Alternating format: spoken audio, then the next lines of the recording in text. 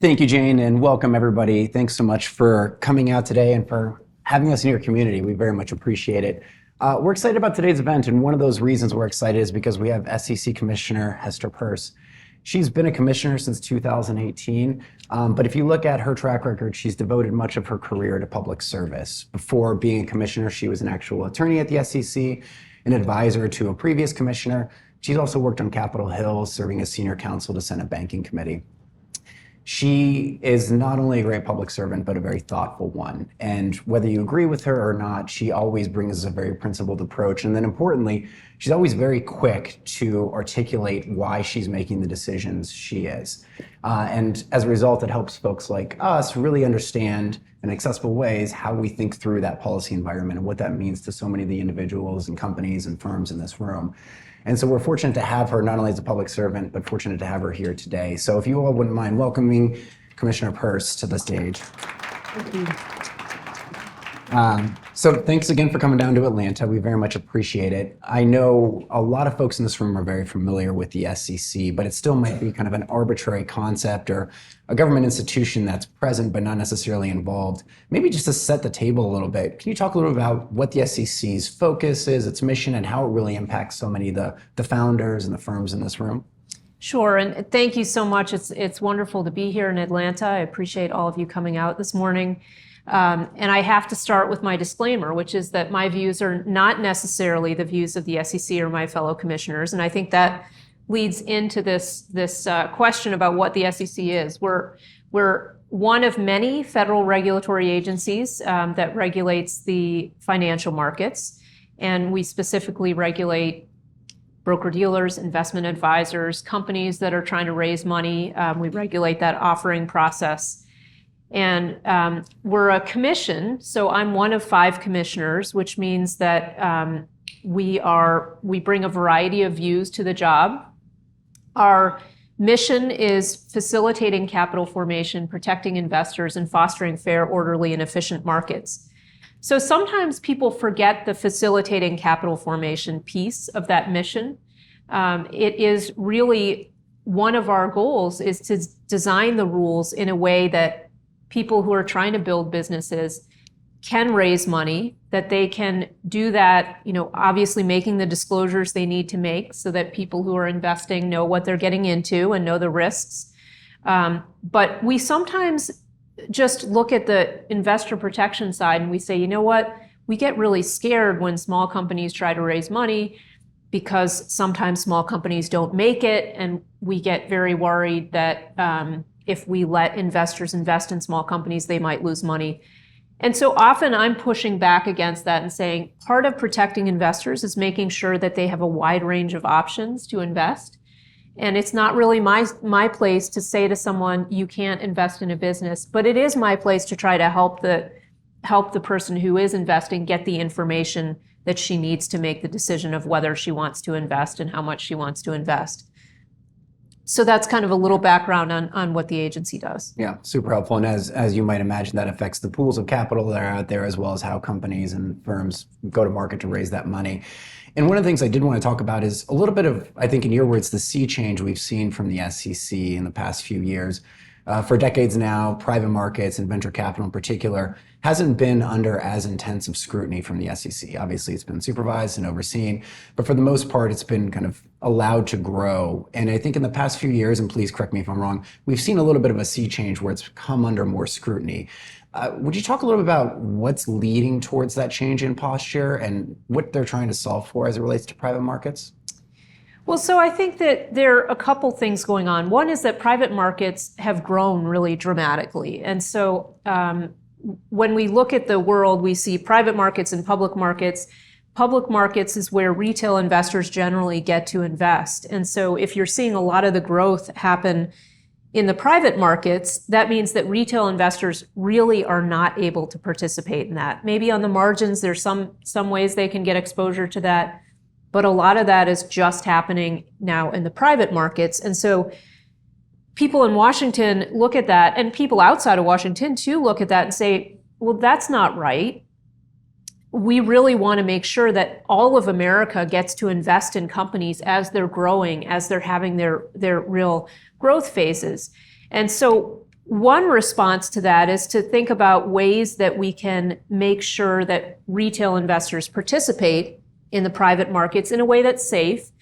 And I think that's what the last SEC under our last chairman, Jay Clayton, was trying to focus on, thinking about ways that you can give retail safe access to those markets. The new SEC is more focused on saying, wait a minute, the private markets are getting out of hand, too much is happening there, let's shove more of it into the public markets.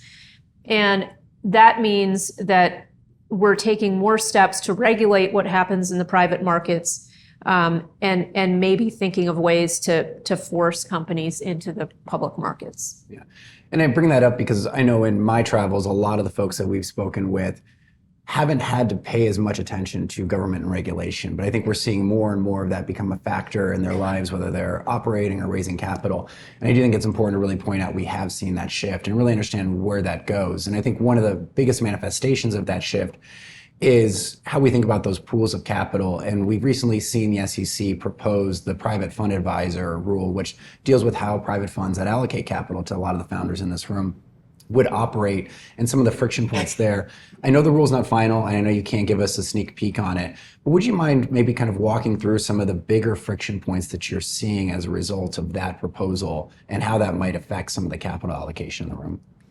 Yeah, so the private fund advisor rule was one that in many ways puzzled me, because what we did is we said, we have a lot of rules around, for example, mutual funds, exchange traded funds. Those are funds where there's heavy retail exposure, and so there's a big framework around them. On the private fund side, for a long time, there was really not much regulation around them. Even the advisors to private funds didn't have to register with us. The idea was these are really sophisticated institutions often that are investing in these kinds of funds, or they're people who can afford to have someone who will, make sure that their investments are safe and that they're, getting the disclosures they need. But now the view with this private fund advisor rule, so Congress came in and they said, no, hedge fund advisors, private fund advisors have to register with the SEC. But in this latest iteration, the SEC came in with a rule proposal and said, we want private fund advisors to comply with all of these requirements that look much more like the kind of requirements we would impose on retail fund advisors, with the idea that somehow institutional investors can't look out for themselves. And so what that will end up doing, I fear, is it will prevent new advisors from coming into that space, because the regulatory burdens will be so high, and it will put constraints around the arrangements that private fund advisors and their clients are entering into. And I think that ultimately is not going to be good for capital formation. That's kind of what I worry about. It's taking away options from people. We can all come around and agree that good disclosure is important for private fund advisors and their clients. They need to be on the same page. But as long as they're on the same page, I'm not sure why we should come in and say, you can't do X, Y, Z, you can't engage in this practice, as long as both sides agree to it. Yeah. And I know there's a lot of founders in this room, and we think about that not from just what does that mean for funds, right, but frankly, what does that mean for a lot of the emerging funds that are going to have to navigate this environment? And something that the SEC Small Business Capital Formation Office focused on was recognizing that capital allocation is actually more local than we would think it is. And so when we see these rules come out, how do you think about them potentially adversely affecting some of the more emerging market managers versus those more established managers? Does that factor into it in your mind? Well, it certainly does in my mind. I think that's one of the pieces of this, the capital formation landscape that's really hit me as I've gone to different cities and talked to different folks, that you're right, that these really are local communities. Part of what we need to do, and I think one of the things that COVID did, there are a lot of bad things, but one of the good things is that it did make people realize you can extend beyond your community and you can invest in, someone in Silicon Valley can invest in a company here in Atlanta It's not, you can still stay in touch, right? But a lot of the ecosystem is a very local ecosystem. And that means that you've got often entrepreneurs who have been successful wanting to turn around and invest in other local companies and help those companies grow. And part of that is providing advice, but part of that is investing. And so you need to have rules in place that facilitate those kinds of funds. And that means that, it's not going to be a big venture capital fund from Silicon Valley. It's going to be a local fund. And we need to think about how can we craft rules that allow for that kind of thing to happen. And when you put a very prescriptive rule in place, which I think the private fund advisor rule is, we'll see. It's still in the proposal stage, and so we'll see how it changes. But my fear is that when you put a rule like that in place, it is exactly those kind of emerging, a small fund, a small advisor that's trying to start something that says, no, I can't do this because there are accommodations that you're making for early investors that you wouldn't be able to make. And so it will, I think, impinge the funds that flow to local businesses. And unfortunately, often in DC, we have in mind these very large advisors and large funds when we're writing rules, and we don't think enough about what's happening on the local level. And then when I go out and I talk to people outside of the Beltway, outside of DC, New York, San Francisco, and I see it's very micro level involvement. It really does take a passionate founder who's been successful, joining with other passionate founders who have been successful, and taking an entrepreneur in their local community under their wing, investing money and investing time, investing advice. It's a much more granular kind of thing, and you can't solve that by having a few large venture capital funds. Yeah. Well, just for the audience, please be thinking about questions you might want to ask towards the end. So just put that in the back of your mind. I do want to kind of stay on this thread of how we think about that fundraising process, shifting from the pool of capital to the process itself. The SEC's regulatory agenda has also flashed that they might be reassessing something called Regulation D, which for folks in the room is one of the avenues through which you can raise capital without having to go public. And frankly, it's probably the largest avenue. If you're raising money, that's probably where you're actually kind of the exempt offering that you're using. How are you all, and again, knowing that you can't speak on behalf of the entire commission, but how are you seeing that kind of come together in the commission's mind as the regulatory agenda looks forward? Well, we'll see. The SEC is in a very active phase. We're proposing lots of rules on lots of things. And the private markets, as I said, are getting attention. And so people are looking at ways that people raise capital in the private markets. Reg D is one area. And I think one of the pieces that is concerning some of my colleagues at the SEC, in fact, I commend to you a speech that one of my colleagues gave, I think it was last week, which gives her views quite comprehensively on private markets. And so one of the concerns is there's not enough information out there. And so people are raising a lot of money in the private markets. We at the SEC don't know what's happening. We want more information. We can think about how we feel about collecting more information, because I think one thing that you all probably know is that any requirement, even if it's just a file information with the SEC requirement, it's burdensome. It's something you think about. You might have to hire a lawyer to help you with.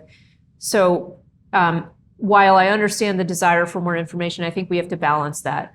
And then the second question is, do we think, that people in the private markets who are investing in the private markets are getting the information they need?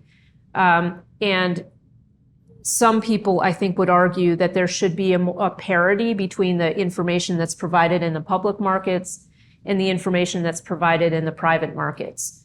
My view is, look, if you decide to, as an investor, to go to the private markets, it's on you to seek out the information that you need, and if you can't get it, to go somewhere else.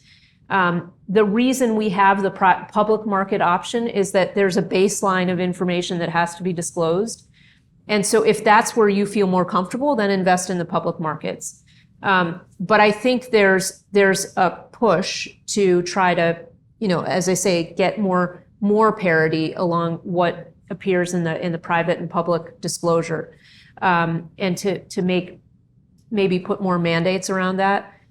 One thing that I think it's important for you all to know, because you're viewing things very much from the perspective of the companies you're trying to build or invest in, the individual companies, you're thinking about them. But at the SEC, we view things a little bit through the lens of the enforcement actions that we've seen. And so there is a view that a lot of what happens in the private markets is fraud, and it's tainted from the get-go. And so we need to do more to try to stop that. I think it's really important for us to distinguish between failure, which is certainly something that happens with new and emerging companies, right? A lot of companies do not succeed. A lot of founders don't succeed their first time, their second time, their third time. But allowing companies to fail is one thing. Now, fraud is something separate, right? That's something I think all of us can agree that we have a role at the SEC in pursuing fraudsters, no matter what market they're in. But there is this view that there's a lot of fraud, and I think there's a conflation of failure and fraud, which I think is something we really need to break. So that's kind of, there's a real ambivalence around the private markets, I think, in DC. Yeah. So we've talked a little bit about pools of capital and some of the aspects that might be changing, or at least being considered to be changed around the fundraising process itself. If you're a founder in this room, or even an emerging fund manager, how would you, and knowing that you can't give like actual advice, but like how should they be thinking about navigating and understanding this, or at least monitoring this environment in your mind? Well, let me put a plug in for the SEC's, you mentioned the Office of Small Business Capital Formation, which is an office at the SEC that, as its name suggests, is really there. It's an advocate for small business capital formation. And they have a tool that helps you navigate, think about the different options for raising capital. It's not legal advice, but it is a little roadmap for you to think about what you're trying to do and what approach might be right for you. So I'd say that's a good place to start. I also want to put a plug in. We have a small business capital formation advisory committee. We're about to have a bunch of openings on that committee because of term limits on that. So if anyone's interested in that, please reach out. And we're also looking for a small business capital formation advocate. So that's a full-time job at the SEC. If anyone's interested in that, also please take that into account. But anyway, that's where I would say start. And I would say you have to think about not only what you need in the moment, but you need to think about your future and about what your cap table is going to look like in the future. So different models are going to work for different people, and that's why I'm always trying to advocate for having multiple different paths you can take in raising capital. I'd love to see us put in place a micro offering exemption that would be a very pared back exemption where you could raise, $500,000 or perhaps more. I mean, we have to think about what the right number is, but I think different options matter. Part of the problem is because we have all these different options, the landscape is pretty confusing, and that's why I point you back to that tool on our website. So, and actually, let's maybe zoom back into like the geography as folks are navigating some of that environment. We're seeing a little bit, I don't want to speak for economic contractions, but we're seeing a little bit of a tougher market out there to raise capital. As we discussed, we're in a geography outside of San Francisco and New York, and we're seeing it's already a strong foundation and continuing to build. What are some of those offensive opportunities we might be thinking about, whether it's something like a micro offering or like basically how do we start really using the policy apparatus to open up greater opportunities for the folks in this room? I mean, you got to tell your stories, right? Because I think it is those stories of someone who's taken advantage of one of our exemptions, whether it's crowdfunding during COVID to keep your business going, or whether you've used Reg A, or whatever your story is, or stories of struggles where you've gotten to that point where you've gotten your initial capital and now you're in this valley and you're struggling to find capital. Those are the stories that we in Washington need to hear.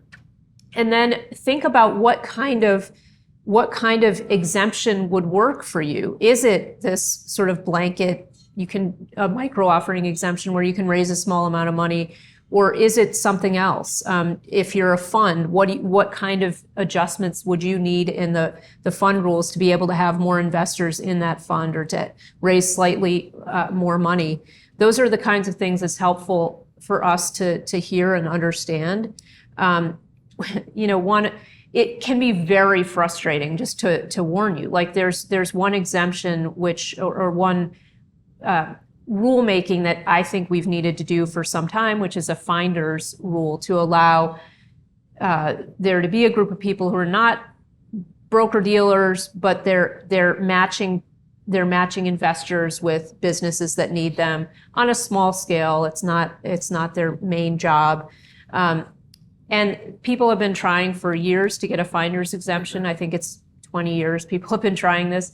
And every year they come back and they tell the SEC, hey, this is something we really need. This activity is happening anyway, and it's happening illegally probably in many places. And so why not build a framework within which it could happen legally and you could put some framework around it? We tried to do something, but it's under the last chairman, it's kind of died on the vine a little bit.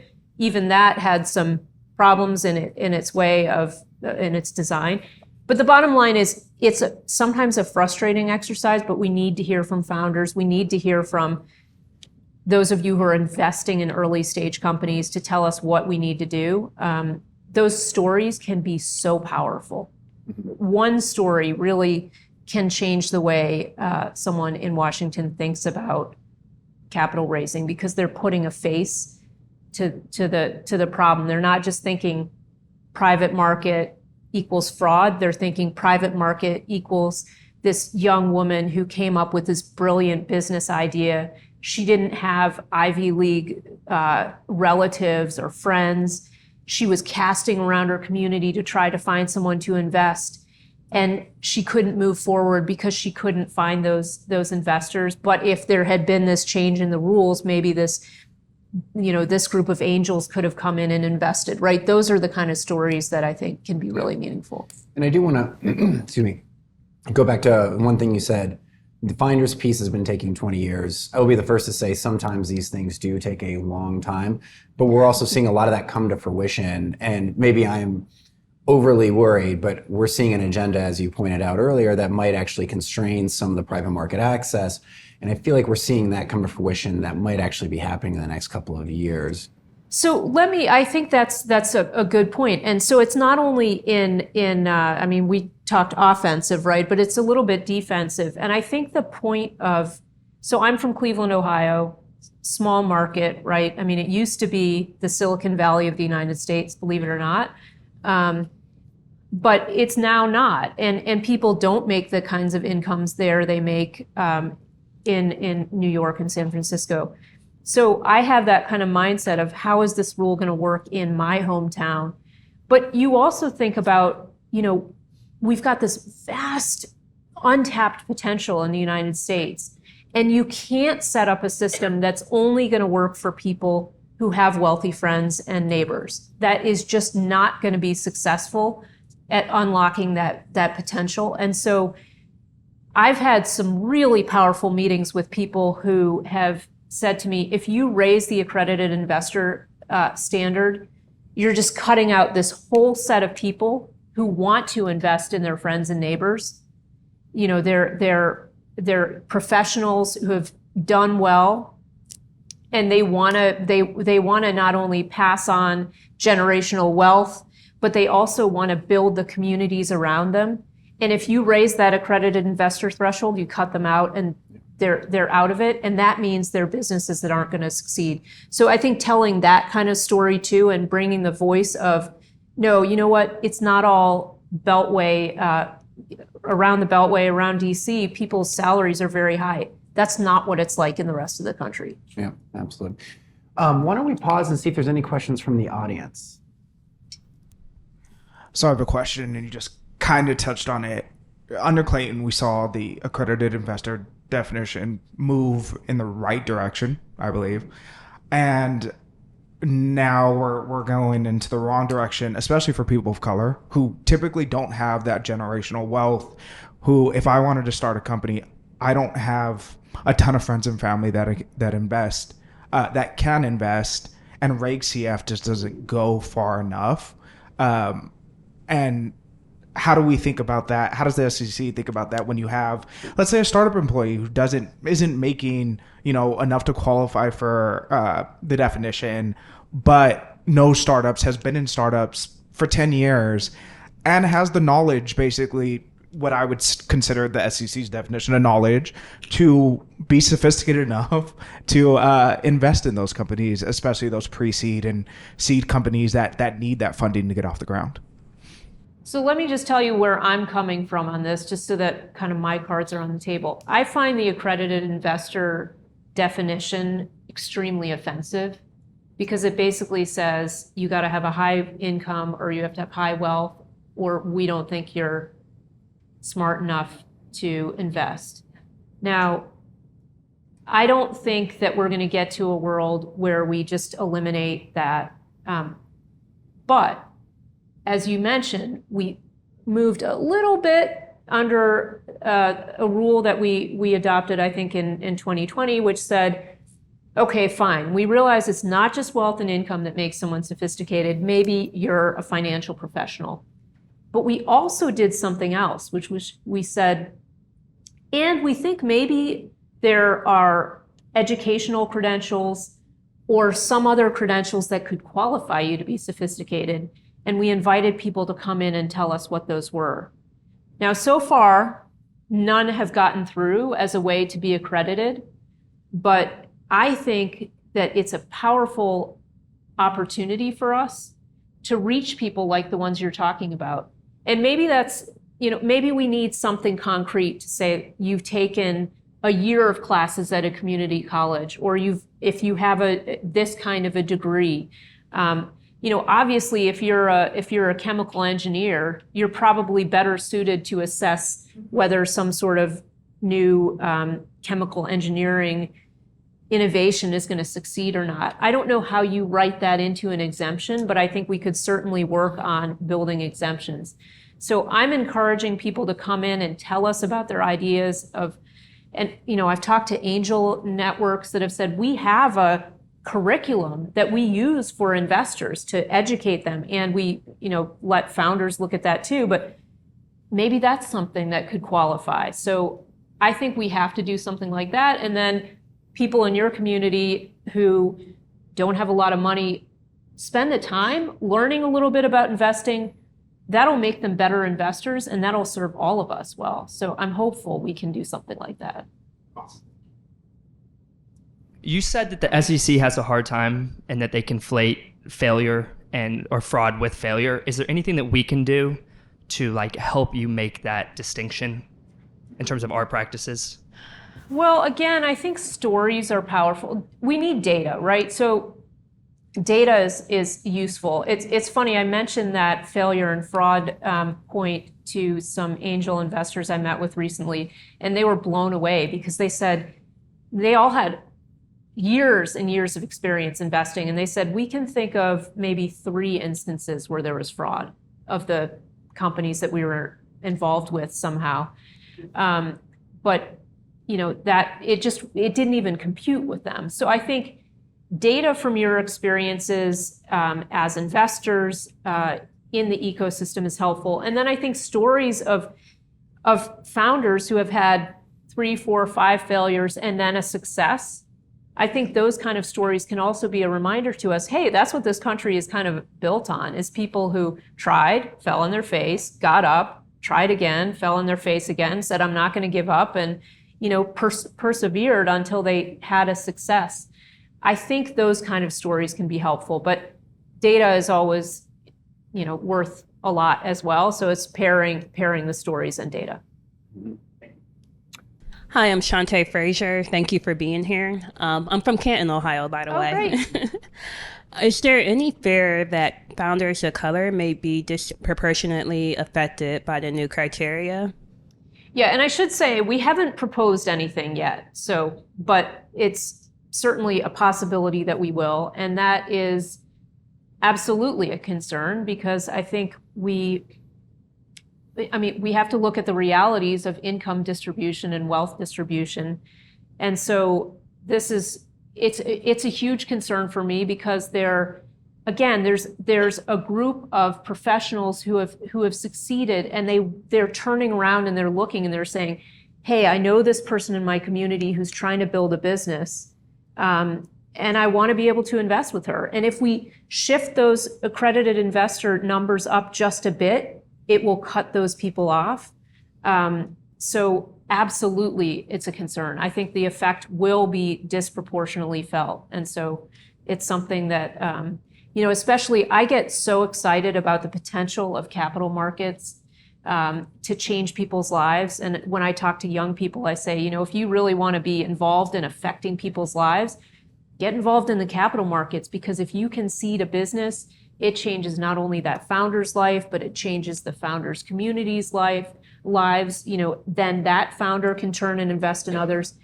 And so I love that potential that we have, and I think we have so much untapped potential. And just at the point when people are realizing that, I'm going out and I'm talking to these investor networks where you do have people who grew up with nothing turning around and investing in their friends and neighbors, and then you'd cut it off. It breaks my heart. So yeah, absolutely a concern. And that's a incredible sentiment to end on, what that innovation economy can do for the investors, the companies. But I think one of the major takeaways is please stay engaged. The SEC wants to hear from you all. I know it can be very scary. There's incredible offices, whether it's a small business advocate, Commissioner Peirce's office. They need to hear from you. Yeah, and as I mentioned, the committee. Try to get on the committee. We need to hear voices like yours raising those issues. So thank you so much, not only again for being here, but for your leadership. You've been an incredible advocate for the industry in ways that support capital formation, support the innovation economy. We very much appreciate it. So thank you all for the time, and please help me thank Commissioner Peirce. Thank you so much. Appreciate it. Thank you all.